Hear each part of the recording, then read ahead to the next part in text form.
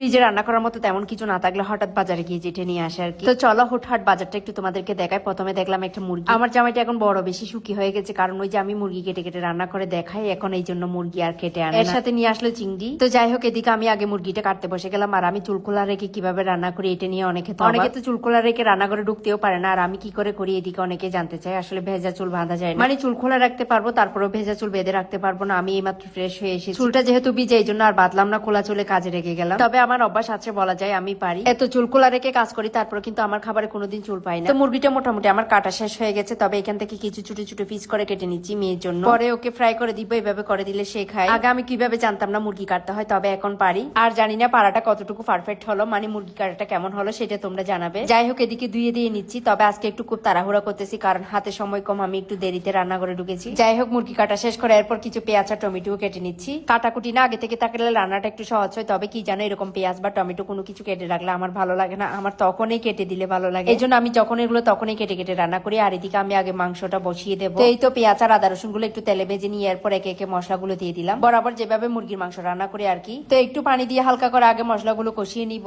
বলা যায় ইদানিং মাংসটা একটু কম খাওয়া হচ্ছে, মানে মাছটা বেশি। আজকে মনে হচ্ছে বেশ কয়েকদিন পর মুরগির মাংস রান্না করতেছি, মানে আগের তুলনায় একটু খাওয়াটা কমিয়ে। এই তো মশলাটা মোটামুটি কষানো হয়ে গেলে এর উপর মুরগির মাংসটা দিয়ে দিলাম। আর এই মুরগিটা দেখার পর আমার মেয়ে বলতেছে এটা নাকি বাচ্চা মুরগি, মানে সাইজে একটু ছোট ছিল। কি জানো, এই ছোট সাইজের মুরগিগুলাই কিন্তু খাওয়া ভালো। যেহেতু মুরগি সাইজটা ছোট ছিল, তেমন বেশি পিস হয় নাই, এই কয়েক পিস হয়েছে। এর মধ্যে দেখো মেয়ের জন্য কয়েক পিস রেখে দিয়েছি ছোট ছোট সাইজ করে কেটে। মাংসটা কষাতে দিয়ে আমি এবার এদিকে চিংড়ি কাটতে বসে গেলাম। ওই যে বললাম আজকে একটু দেরিতে রান্না করে ঢুকেছি, এই জন্য তাড়াহুড়োর মধ্যে পড়ে গেলাম। মানে যেভাবে কাজটা শর্টকাটে শেষ করা যায় ওইভাবে করে ফেলতেছি, এই জন্য আগে ভাগে মুরগিটা একটু কষাতে দিয়ে দিয়েছি কেটে। এরপর কচু কাটতেছি। তোমরাই বলেছিলে এটা নাকি চিংড়ি দিয়ে খেলে মজা হয়। তোমাদের কথা মতো আমি কিন্তু আজকে প্রথমবার রান্না করতে যাচ্ছি, কারণ আমি আগে কখনো খাই না এইভাবে কচুর ডগা রান্না করে। জানি না আসলে খেতে কেমন হয়। তো এদিকে আমি কচুর ডগা গুলো কেটে নিলাম। মোটামুটি আমার কাটা শেষ। এদিকে মুরগির মাংস হয়ে আসছে। কাজে ফাঁকে ফাঁকে আমি কিন্তু মুরগির মাংসটা একটু নেড়ে দিয়েছিলাম, হালকা করে জল দিয়েছি, হয়তো ভিডিও করা হয়। এরপর আমি এদিকে কচুর ডগাটাও সিদ্ধ করে নিলাম। ওই যে তোমরা যেভাবে বললে বেশি করে রসুন কুচি আর চিংড়ি দিয়ে ভাজি করলে এটা নাকি খেতে অনেক মজা হয়। আমি ওইখান থেকে অল্প পরিমাণ চিংড়ি কেটে নিয়ে আগে এই তরকারিটা রান্না করে ফেলতেছি, কারণ সবগুলো চিংড়ি কেটে এখন শেষ করতে পারবো না। চিংড়ি আর মশলাটা কষিয়ে নিয়ে এর উপরে এই যে কচুর ডগাটা দিয়ে দিলাম। তোমরা তো বলেছিলে এইভাবে রান্না করতে। যাই হোক, মোটামুটি রান্নাটা কমপ্লিট করে ফেলেছি, এবার সবাইকে পরিবেশন করে দিচ্ছি। এরপর মুরগির মাংসের তরকারিটা আগে একটু বেড়ে নিচ্ছি। তোমাদের কাছে রান্না শেয়ার করে বলে অনেক কিছু কিন্তু তোমাদের কাছ থেকে শিখতে পারি। এই যে রেসিপি জানতাম না এভাবে খেতে হয়, যে সেটা তোমাদের কাছ থেকে জানলাম। দেখে লোভনীয় লাগতেছে, আশা করি খেতেও মজা হবে। এদিকে আমার মেয়েও পছন্দ করেছে এই রেসিপিটা, তবে সেই চিংড়ি পছন্দ করে, তো চিংড়ি যেখানে দেবে মানে ওই সবজিটা সে খেতে চাইবে। এর সাথে আমি ডালও রান্না করেছিলাম, আর ডালটা আমি সকালে রান্না করে ফেলেছি, এই জন্য ভিডিও করি নাই। থ্যাংক ইউ তোমাদেরকে যারা আমাকে শিখিয়ে দিয়েছো এই রেসিপিটা। আসলে আমি খেতে খেতে তোমাদেরকে যা অনেকবার ধন্যবাদ দিয়েছি। আমার কাছে এত মজা লাগছে আর কি। কচুর ডগা কি করে এত মজা হয়, খাই নাই আগে সত্যি কখনো।